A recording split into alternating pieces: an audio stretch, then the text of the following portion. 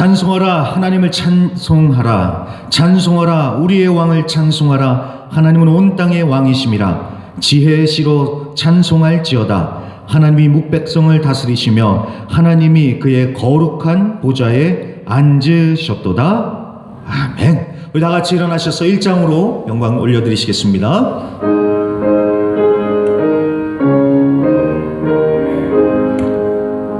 만복의 근원 하나님, 온 백성 찬송 드리고 저 천사여 찬송하세.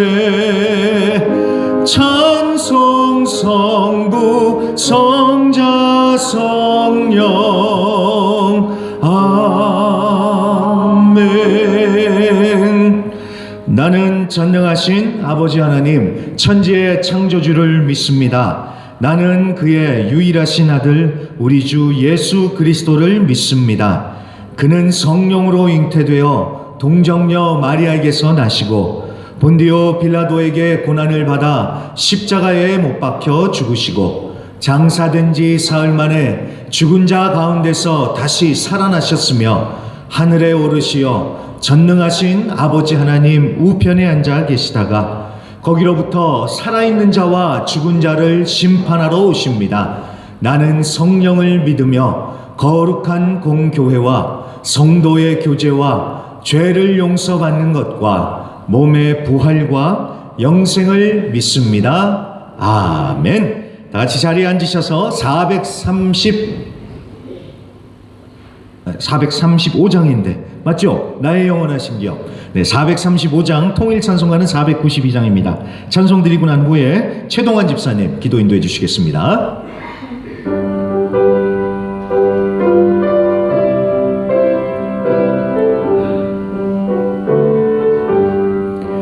나의 영원하신 기억 생명보다 귀하다. 나의 갈 길 다가도록 나와 동행하소서.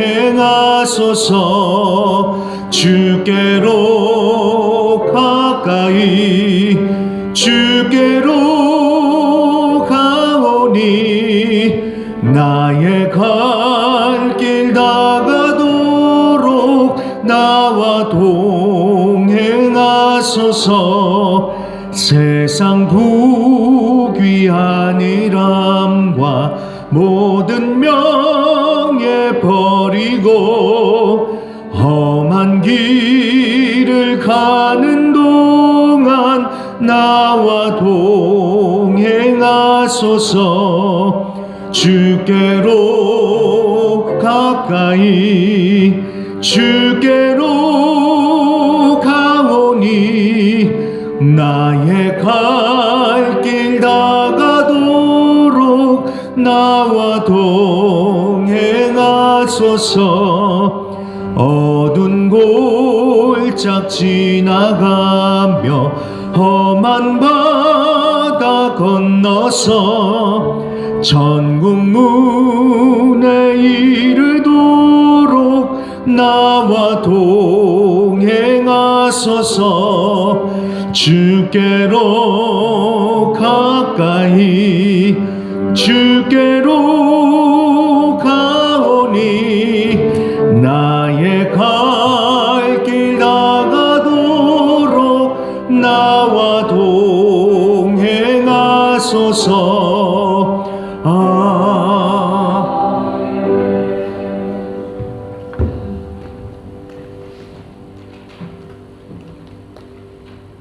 같이 기도드리겠습니다. 존귀하시고 금일하신 주님, 귀한 예배를 통하여 주님께 영광 돌리게 하심과 우리에게 하나님을 아는 지혜를 허락하신 귀한 은혜 감사드립니다. 우리의 삶이 주님께 예배로 드려지도록 축복하여 주시길 바랍니다. 오늘 이 시간도 주님 앞에 탕자 같은 심정으로 주님의 전에 나왔습니다. 우리를 긍휼히 여겨주시길 바랍니다.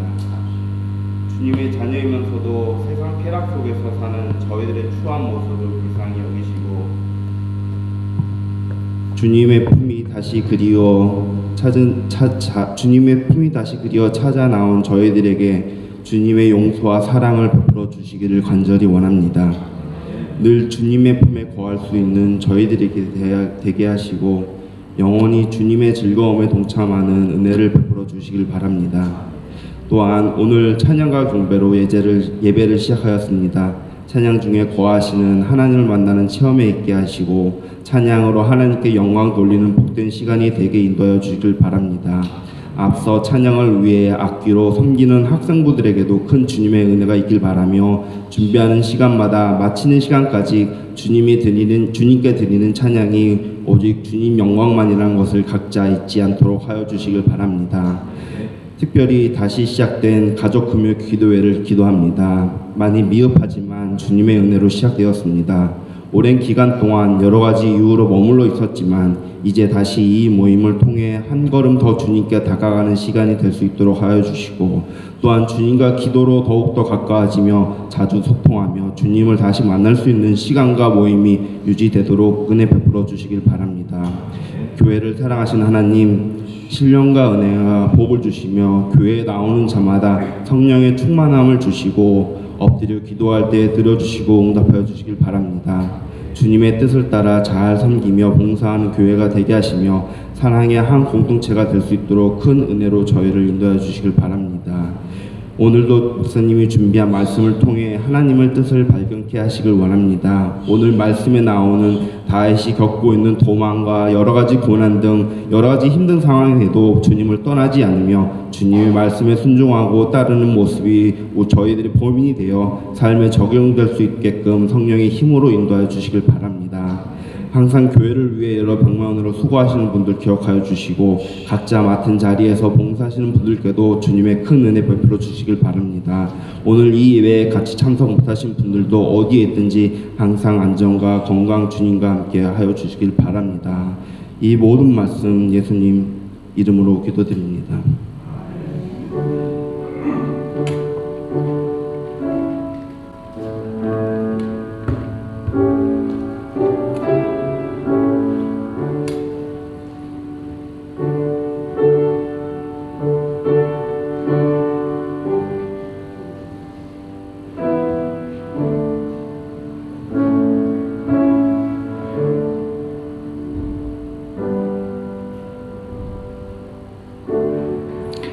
자, 말씀 보겠습니다. 사무엘상 22장 1절부터 5절까지 보도록 하겠습니다. 사무엘상 22장 1절부터 5절, 구약성경 446페이지에 있습니다.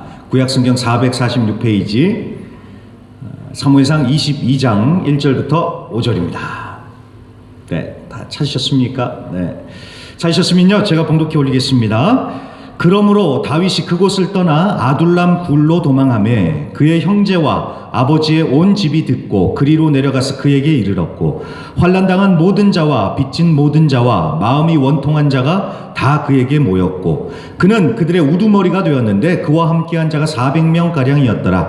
다윗이 거기서 모압 미스베로 가서 모압 왕에게 이르되 하나님이 나를 위하여 어떻게 하실지를 내가 알기까지 나의 부모가 나와서 당신들과 함께 있게 하기를 청하나이다 하고 부모를 인도하여 모압 왕 앞에 나아갔더니 그들은 다윗이 요새에 있을 동안에 모압 왕과 함께 있었더라. 선지자 갓이 다윗에게 이르되 너는 이 요새에 있지 말고 떠나 유다 땅으로 들어가라. 다윗이 떠나 헤레스풀에 이르니라. 아멘. 자, 오늘은 최고 5번만 외치고 우리 말씀 듣겠습니다. 준비하시고요. 제가 5번 합니다. 자, 하나님 최고, 예수님도 최고, 성령님 최고, 믿음이 최고, 순종이 최고. 아멘, 아멘. 잘하셨습니다. 믿음이 최고고 순종이 최고입니다. 그게 정말 복된 길인 줄로 믿습니다.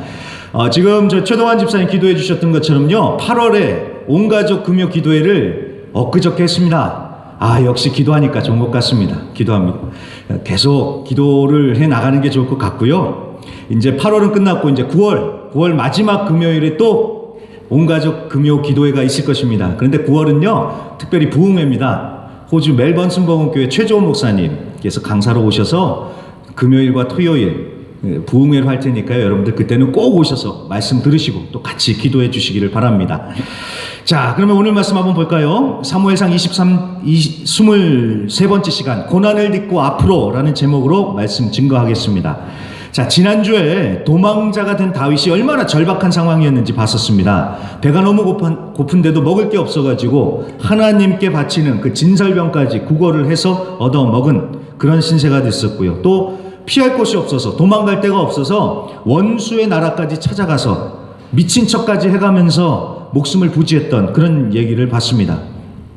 그런데 이런 시련, 고난을 통해서 오히려 다윗은 하나님을 새롭게 만나고 하나님을 깊이 체험을 하죠. 그래서 의인은 고난이 많지만 하나님께서 반드시 건져준다 라고 다윗이 찬양하면서 하나님의 선하심을 당신들도 맛보아 알지어다 라고 우리를 초대하는 그런 시편까지 봤었습니다. 자, 그렇게 해서 좋은 일이 벌어졌지만, 하지만 그렇다고 해서 상황이 달라진 것은 아니었습니다. 고난의 고개 한 번 넘었다고 해서 하루아침에 모든 것이 다 바뀌고 꽃길이 펼쳐진 것은 아니었습니다. 여전히 다윗은 도망자 신세였고 사울의 위협에 목숨이 위태로운 그런 상황이었습니다. 그러니까 변한 것은 없는 것 같아요. 그런데 왜 변한 게 없겠어요? 변한 게 있죠. 다윗의 마음이 달라졌습니다. 다윗의 마음이요. 다윗의 마음, 다윗의 태도가 그 상황 이후부터 완전히 달라졌습니다. 무엇이 달라졌는지 여러분 그 변화를 염두에 두고요. 오늘 우리 사무엘상 22장을 한번 쭉 살펴보도록 하겠습니다. 자, 1절과 2절을 보시면요. 제가 시간상 읽지는 않겠습니다. 1절과 2절을 보시면은 다윗이 아둘람이라는 굴로 피신을 합니다. 그랬더니 먼저는 가족들이 그곳으로 찾아와서 다윗에게 합류를 했대요. 그리고 이어서 환난당한 자, 빚진 자, 마음이 원통한 자가 다 다윗에게 모여들었다고 합니다. 그래서 혼자였던 다윗이 어느새 400명이나 되는 대가족이 되어버립니다. 자, 이걸 보면서요, 참 많은 것을 생각하게 되는데요. 먼저는 하나님이 참 좋으신 분이라는 것을 알게 됐습니다. 혼자였던 다윗에게 하나님은 이렇게 함께할 동지들, 동역자들을 붙여주시잖아요. 그러니까 다윗에게 얼마나 큰 힘, 큰 위로가 됐을까요? 물론 다윗이 지금 자기 몸 하나도 간수하기가 힘든데 가족들의 수백 명의 사람들까지 감당할 여유가 어디 있겠어요. 그런데도 다윗은 그 사람들을 다 받아들입니다. 왜 그럴까요? 자기 당해봤잖아요. 자기가 그 마음 알잖아요. 환난당한 자, 빚진 자, 마음이 원통한 자. 메시지 성경에는 이 부분을 가지고요, 인생의 낙오자들, 인생의 실패자들이라고 번역을 하는데 다윗이 딱 그런 경험을 하고 있잖아요. 다윗도 인생의 낙오자, 실패자와 같은 그런 지금 삶을 살고 있지 않습니까? 그러니까 그 마음 알지요. 여러분 이렇게 생각해 보세요. 만약에 다윗이 고난을 받기 전이라면, 이런 사람들 만났을까요? 아니요. 이런 사람들 눈에 들어오지도 않았을 거예요. 이런 사람들하고는 상종도 하지 않았을 것입니다. 아니, 일국에 잘 나가는 군대 장군 아니에요, 다윗이. 그런 높은 분들만 만나기에도 얼마나 바빴겠어요.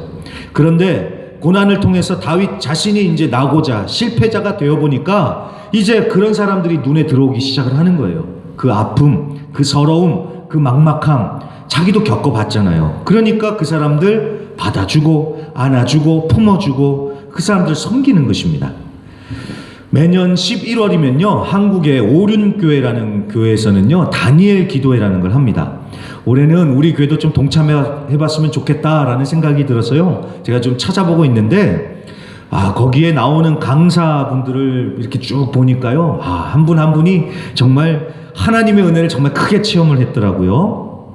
그래서 이제 쭉 보고 있는데, 그 중에 김혜랑 성도님이라고 계십니다. 이분이 화이팅 게일이라는 그런 기도 공동체를 섬기고 있대요. 그래서 화이팅 게일이 뭘까? 나이팅게일은 알아도 화이팅 게일은 뭘까 해가지고 좀 봤더니요, 무슨 일이 있었냐 했더니 이분이 아이가 셋이 있는데 둘째 아이가 뇌전증이요. 뇌전증. 이제 쉬운 얘기로 간질이요.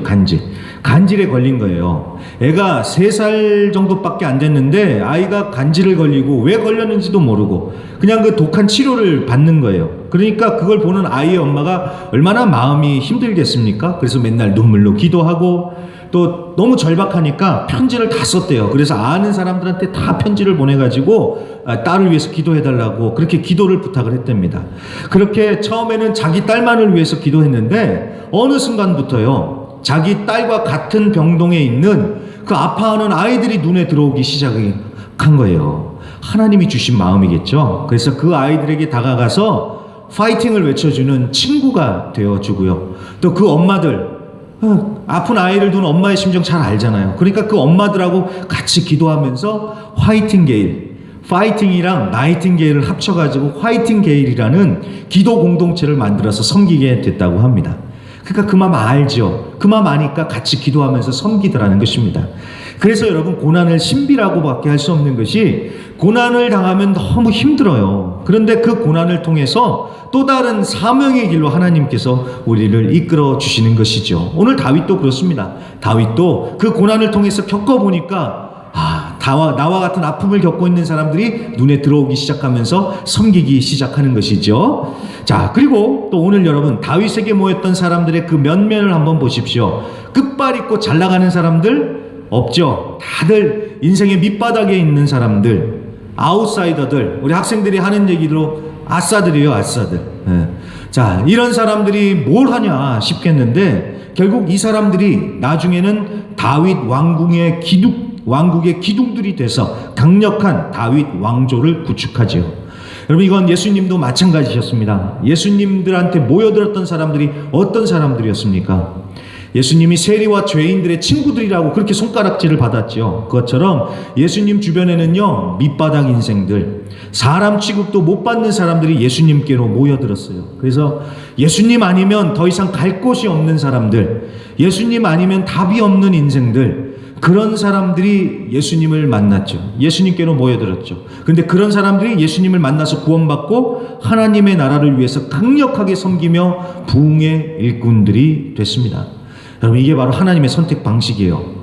고린도전서 1장 26절부터 29절에 보면은 하나님이 어떤 사람들을 선택하신다고 하십니까? 지혜롭고 능력 많고 문벌 좋은 사람들? 아니요. 오히려 미련하고 약하고 멸시받고 천대받는 자들을 택하셔서 하나님의 영광을 나타내신다고 고린도전서 1장에 말씀하십니다. 하나님은 그런 사람들을 부르세요. 자, 그런 의미에서요, 저 같은 목회자들이 먼저 정말 회개해야 됩니다. 돈 있고 힘 있으면 목회하기 얼마나 쉬워요. 그렇죠? 얼마나 편하겠어요. 그러니까 교회에 끝발 있는 사람, 돈 있는 사람 오기를 은근히 바라죠. 제가 알아요. 저도 그런 마음이 은근히 있으니까요. 그런 마음이 막 불쑥불쑥 올 때가 있으니까요. 그렇지 않겠어요? 교회에 재정이 빵빵하게 있고, 좀 저희 사회에서 좀 목소리 좀 내는 사람들이 있으면 얼마나 좋겠어요. 그러면 무슨 걱정하면서 뭐 사역을 하겠어요. 그러니까 그런 생각이 은근히 드는 거예요. 반대로 별 볼 일 없는 사람은요, 형식적으로 돼야든지 아니면 입국컷이라 그러죠. 은근히 밀어내고. 자, 여러분, 그렇게 사람 골라가면서 교회를 해요. 그러면서 힘 있는 교회, 든든한 교회가 됐다고 쳐보자는 거예요. 그렇게 해서 성공했다는 소리는 듣겠지만 과연 그게 예수님이 바라시는 교회가 될 것인가? 여러분, 우린 잘 생각해야 됩니다. 예수님하고 완전 반대로 가는 거잖아요. 자, 여러분, 교회는요, 아굴람 굴과 같아야 합니다. 누구든지 와서 예수님을 만나고 회복되고 가족이 되어서 은혜를 나누고 하나님이 주신 사명 감당해야 됩니다. 교회, 세상은 차별하잖아요. 있는 것 가지고 차별하고, 없다고 차별하고, 또 뭘해서 차별하고. 교회는 그러면 안 되겠죠. 교회는 아굴람굴처럼 모든 사람들을 받아들일 수 있는 그런 공동체가 되어야 됩니다. 전에 어떤 글에서요, 믿음이 강한 사람은 인간관계에서 성숙한 사람이다라고 했던 걸 제가 본 적이 있습니다. 그 글에서 그러더라고요. 믿음이 강한 사람은 포용한대요. 포용. 왜냐하면 믿음의 동의어가 영접, 수용이래요. 그래서 믿음이 강한 사람들은 포용해주고 영접해주고 수용해주면서 사람을 얻는데요. 하지만 믿음이 약한 사람은 반대로 거절하고 거부한대요. 그래서 믿음이 약하면 받아들이질 못한대요. 그러면 어떻게 할까요? 다른 사람을 비판하고 정죄하죠. 그러면 사람을 잃게 되는 것입니다.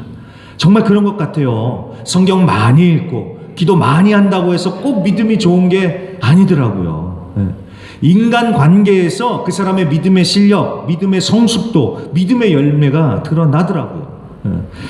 오늘 말씀에 나오는 이 다윗, 그리고 이제 6절부터 나오는 사울이 딱 그 아주 좋은 본보기입니다. 자, 다윗 주변으로는 지금 계속해서 사람이 모여들죠. 계속해서 받아주고 수용하잖아요. 믿음이 좋은 거예요. 반면에 사울은요, 주변에 신하들이 있기는 했어요. 그런데 계속 자기 혼자 고립되면서 혼자가 돼요. 자, 말 나온 김에 6절을 한번 볼게요. 6절 한번 보세요. 자, 사울이 다윗과 그와 함께 있는 사람들이 나타났다 함을 들으니라. 그때 사울이 기브아 높은 곳에서 손에 단창을 들고 에셀나무 아래에 앉아있고 모든 신하들은 그의 곁에 섰더니, 다윗이 나타났다는 소식을 사울이 들은 거예요. 그런데 사울이 지금 어떤 상태로 있습니까? 기브아 높은 곳에서 손에 단창을 들고 딱 그러고 있다고 하죠. 자, 높은 곳에서 서슬 시퍼런 창을 들고 그 휘두르고 있다는 거예요. 그게 무슨 뜻일까요? 막 자기 권력으로, 자기 힘으로 사람들을 찍어 누르면서 막 밀어붙이고 있다는 거예요. 다윗하고는 굉장히 대조적인 모습이죠. 다윗은 지금 어디에 있습니까? 다윗은 높은 곳이 아닌 아둘람 굴이라는 그 낮은 곳에서 아무것도 없는 상태로 사람들을 받아주고 있잖아요. 반면에 사울은요, 높은 곳에서 창을 들고 그걸 휘두르면서 사람들을 막 찍어 누르면서 막 밀어붙이고 있잖아요. 그러니 다들 피곤해하면서 사울을 떠나고 싶어 하겠죠. 자, 7절을 보세요. 사울이 신하들을 얼마나 쥐어짜는지요. 사울이요, 막 지금 막 짜증을 내고 있습니다. 야, 너네들, 막 이제 신하들한테 하는 얘기입니다. 야, 너네들 이새의 아들 다윗이 너희들한테 뭘 그렇게 잘해줬길래 다 다윗하고 이렇게 이게 맞아가지고 나를 대적을 하냐. 내 아들놈이 다윗과 짝짝꿍해서 영모를 깨하는데도 어떻게 나한테 알려주는 사람이 한 놈도 없냐. 막 이런 식으로 지금 막 화를 내고 있는 거예요. 짜증을 부리는 거예요. 근데 여러분, 이거는 사실이 아니라 다 망상이에요. 사실이 아닌데 사울이 자기 혼자 그냥 막 상상의 나라를 펴가면서 다 나쁜 놈들 만들어 버리는 거예요. 그러면서 다 마음에 안 들고 내 편은 하나도 없고 이러는 겁니다. 그러면서 막 주변 사람들을 지금 쥐어짜고 있는 거예요. 사울이 답답하고 불안한 그 마음은 알겠어요. 근데 그렇다고 이렇게 말을 함부로 하면 안 되겠죠. 듣는 사람이 얼마나 괴롭겠습니까? 자, 그런 상황에서 9절을 보세요. 9절에 보면 에돔 출신 도액이라는 사람이 이때 딱 손을 듭니다. 다들 아무 말도 못하고 있을 때 이 도액이, 야, 지금 이게 기회다. 내가 나설 기회다 하면서 딱 등장을 합니다. 그럼 사는 얘기가 자기가 다 봤다는 거예요. 다윗이 아히멜렉 제사장에게 피신을 해서 갔는데 아히멜렉이 먹을 것도 주고 골리앗의 칼도 준 것을 내가 다 봤습니다. 내가 증인입니다 하면서 이 도액이 딱 얘기를 하는 거예요. 일러 바친 거죠. 왜 일러 바쳤을까요? 자기가 출세하려고.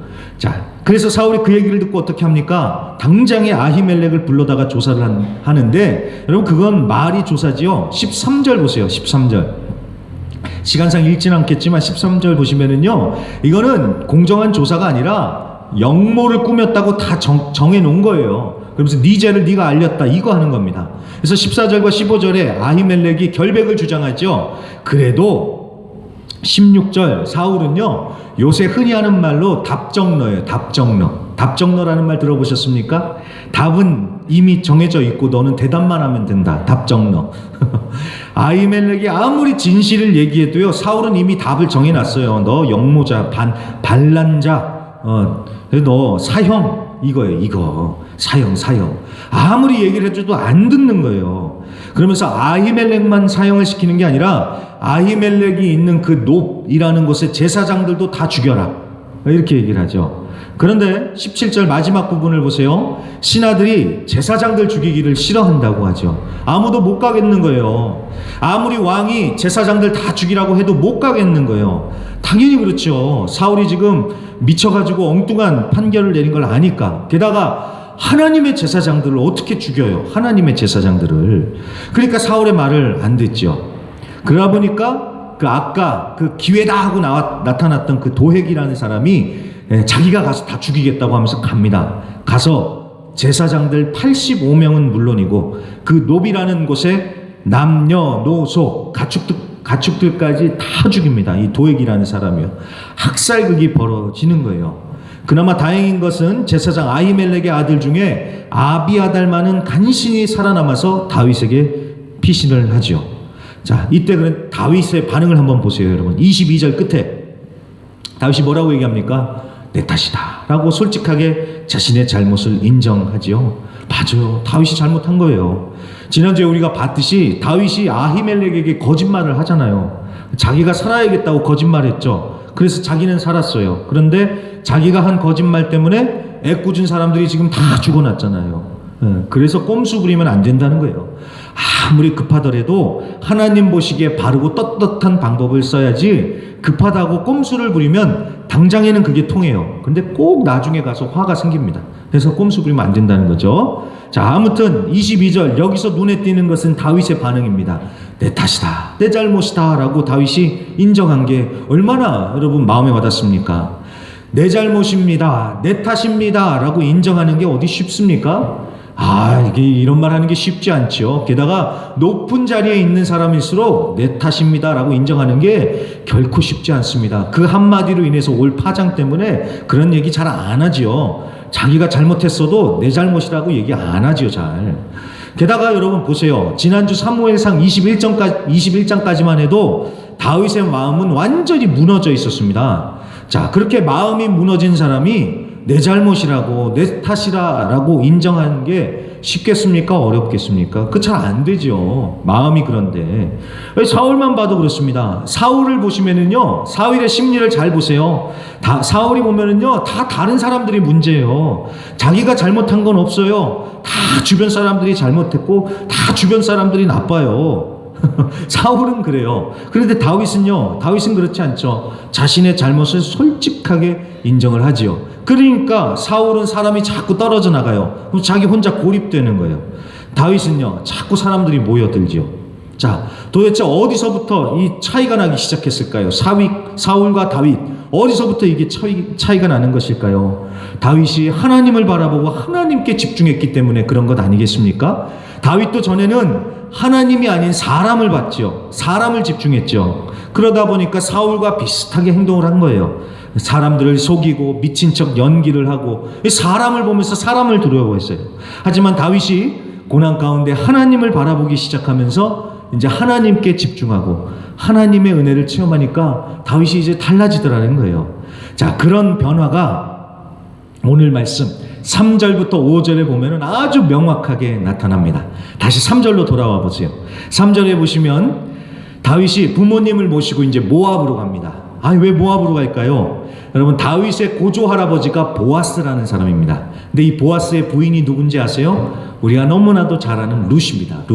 룻이 다윗의 고조 할머니예요. 근데 이 룻이 어디 출신이에요? 모압 출신입니다. 모압 출신. 그러니까 그런 친척 관계가 있는 겁니다. 그래서 다윗이 모압 왕을 찾아가서 자신의 부모님을 좀 잘 지켜달라고, 보살펴달라고 모압 왕에게 부탁을 한 겁니다. 그런데 여기서 다윗이 하는 말이 아주 인상적이죠. 3절 중간쯤에 보세요. 다윗이 뭐라고 합니까? 하나님이 나를 위하여 어떻게 하실지를 내가 알기까지 나의 부모님을 맡아주십시오. 이렇게 얘기를 하죠. 하나님이 나를 위해 어떻게 하실지. 다윗이 하나님의 뜻을 이제 찾고 있는 거예요. 전에 도망칠 때는 하나님 얘기가 하나도 없었어요. 그런데 이제는 다윗이 하나님의 뜻을 구하면서 하나님께 집중하고 있다라는 것입니다. 자, 5절도 보세요. 5절 말씀에도 보면은 선지자 갓이 다윗에게 하나님의 말씀을 전하죠. 자, 너는 여기에 있지 말고 유다 땅으로 가라. 하나님의 말씀을 전해줍니다. 그 얘기를 듣고 다윗이 순종해서 갑니다. 자, 그러니까 이게 무슨 뜻입니까? 다시 다윗이 하나님과 소통하기 시작했다는 것이죠. 그리고 하나님께 순종하기 시작을 했다는 겁니다. 근데 여러분, 말씀을 잘 생각해 보면 이게 결코 쉬운 순종이 아닙니다. 저쪽으로 가라고 했으니까, 하나님 음성 들었으니까 가면 되지라고 하는데 무슨 말씀을요? 여러분 5절 잘 보세요. 다시 다윗 보고 이 요새에 있지 말고 유다로 들어가라고 하죠. 자, 여기서 이 요새라는 것은 아둘람굴을 얘기합니다. 아둘람굴. 그런데 여러분, 이 아둘람굴이 어디에 있었냐면은 이스라엘과 블레셋 그 경계에 있었습니다. 그러니까 굉장히 숨기 좋은 곳이죠. 사울하고는 좀 떨어져 있어서 좀 안전한 곳. 그리고 또 여차하면은 언제든지 블레셋 땅으로 국경을 넘어서 도망가 버리는 수 있는 곳. 그런 곳이에요, 아둘람이. 그래서 여러모로 숨어 있기에 참 좋은 곳인데 하나님은 너 거기 있지 말고 과감하게 유다 땅 안으로 들어가라 라고 하는 것이죠. 양다리 걸치지 말고 중간지대에서 거기서 이렇게 이쪽 저쪽 우물쭈물 하지 말고 이스라엘의 왕답게 마음을 정하고 앞으로 나가라. 하나님 이 말씀 하시는 것입니다. 자, 사무엘상 21장까지만 했어도 다윗이 그런 마음이었다면 순종을 못했을 것입니다. 아예 다윗은 하나님의 뜻도 안 물어봤을 거예요. 그리고 하나님의 생각을 들어볼 생각도 안 했을 것입니다. 왜요? 사울이 무서우니까. 하지만 이제는 다윗이 순종하고 당당히 유다를 향해서 전진해 나갑니다. 왜요? 하나님을 만났고 하나님만 보니까요. 하나님만. 여러분, 제가 지난주에도 말씀드렸듯이 고난의 신비라고요. 고난이 참 신기합니다. 고난이 반가운 사람은 없지만 고난을 통해서 어떤 일이 벌어집니까? 고난을 통해서 사람이 하나님을 보기 시작해요. 그러면서 하나님께 집중하기 시작을 합니다. 그러다 보니 이제는 고난을 딛고 넘어서서 하나님께서 이끄시는 대로 한 걸음씩 한 걸음씩 다윗이 앞으로 전진해 나가더라는 것입니다. 그러면서 다윗은 진정한 왕의 길을 걸어가는 것이죠. 고난을 통해서 넘어지는 것이 아니라 오히려 고난을 딛고 앞으로 전진해 나아가더라는 것입니다. 이것이 참 고난을 통한 놀라운 하나님의 신비요 은혜다라는 것입니다. 그래서 말씀을 정리합니다. 고난 없는 인생은 없습니다. 고난만 바라보면은요, 두렵고 절망스럽고 포기하고 싶어져요. 하지만 고난 가운데서 하나님을 바라보면, 흔히 하는 말로 문제보다 크신 하나님을 바라보기 시작하면은 고난을 딛고 앞으로 전진할 힘을 얻게 되는 겁니다. 그래서 우리가 다른 게 아니라 하나님 봐야 돼요. 하나님. 자꾸 사람 보고 환경 보면은 포기하고 싶어지는데, 절망스러워지는데, 하나님 보기 시작하면은 힘이 나더라는 것입니다. 예전에 제가 어느 드라마에서 본 장면인데요. 학교 교실이 딱 나오고 거기 급훈이라고 써 있더라고요. 근데 그 급훈이 아주 멋있었습니다. 그 급훈에 이렇게 적혀 있더라고요. 포기란 배추 셀 때나 하는 말이다 라고 그렇게 급훈이 적혀 있더라고요. 포기란 배추 셀 때나 하는 말이라고. 한 포기, 두 포기, 그건 그때나 하는 말이고, 그러니까 포기하지 말라는 말이죠. 맞습니다. 하나님께서 고난을 허락하신 것은요, 너 포기하라고 망하라고 주신 게 아니라 그 고난을 딛고 앞으로 달려나가라고, 날아오르라고 주신 것이니까, 우리 성도님들 어떤 상황 속에서도요, 절대로 포기하지 마시고 하나님 바라보시면서 마음을 지키시고 버티시면서 반드시 승리하시는 저와 우리 모든 성도님들이 되시길 주님의 이름으로 간절히 부탁드립니다. 자, 그럼 광고 시간입니다. 예배 오신 분들을 주님의 이름으로 환영하고요. 다음 주일은 성찬주일입니다. 일주일 동안 또 기도하시면서요, 성찬식 준비해 주시길 바랍니다. 자, 그리고 큐티 안내입니다. 9월 10월호 큐티책 한글판, 스페인어판이 저기 안내석에 있습니다. 그러니까 모든 성도님들 반드시 한 권씩 꼭 가져가세요. 그리고 집에 있는 내 가족한테 좀 누구 주고 싶다, 가져가십시오. 충분한 양이 있으니까요, 꼭 챙겨가셔서, 중요한 건 말씀 먹는 거니까요, 갖다 놓으시면 한 번이라도 더 보시지 않으시겠습니까? 그러니까 꼭 저기 안내석에서 책 다 챙겨가시고요, 남지 않도록 꼭 챙겨가시고요, 꼭 말씀 큐티 하시길 바랍니다. 자, 그리고 큐티 영상이 매일 오전 8시 30분에 업로드가 되고 있으니까요, 꼭 참고해 주시길 바랍니다. 자, 운영위원회 모임이 있습니다. 오늘 점심 식사 후에 운영회 모임이 사무실에서 있으니까요, 운영위원들은 꼭 참석해 주시길 바랍니다. 그리고 선교 뉴스레터 55호가 발행이 됐습니다. 카톡과 페이스북을 참고해 주시면서요, 특별히 어린이날 행사들 이렇게 했던 사진들이 거기에 다 올라와 있습니다. 참고해 주셔서 지휘애들을 위해서 많은 기도를 해 주시기를 부탁드립니다. 자, 그리고 오늘은 8월의 마지막 주일입니다. 마지막 주일은 우리가 올해는 매달 생일을 챙기기로 했죠. 오늘도 마찬가지입니다. 그래서 오늘 식당에 내려가시면 오늘 8월 생일 당하신 분들 생일 파티를 하도록 하겠습니다. 3명입니다. 3명. 8월은 제가 생일이고요. 그리고 우리 박은주 권사님, 그리고 우리 김유미 집사님, 이렇게 8월에 생일입니다. 그래서 내려가시면 오늘 또 맛있는 거 먹고 또 같이 케이크도 자르고 그럴 테니까 모두 참석하셔서 같이 축하해 주시고 맛있는 거 많이 드시고 가실 수 있기를 바랍니다. 이제는 우리 주 예수 그리스도의 은혜와 아버지 하나님의 극진하신 사랑과 보혜사 성령님의 내주 충만 위로하심의 역사가 그 어떤 고난이 찾아온다 할지라도 하나님만 바라보며 고난을 딛고 앞으로 전진하며 날아오기를 결단하며 소망하는 모든 성도님들 위해 이제로부터 영원까지 함께 있을지어다. 아멘.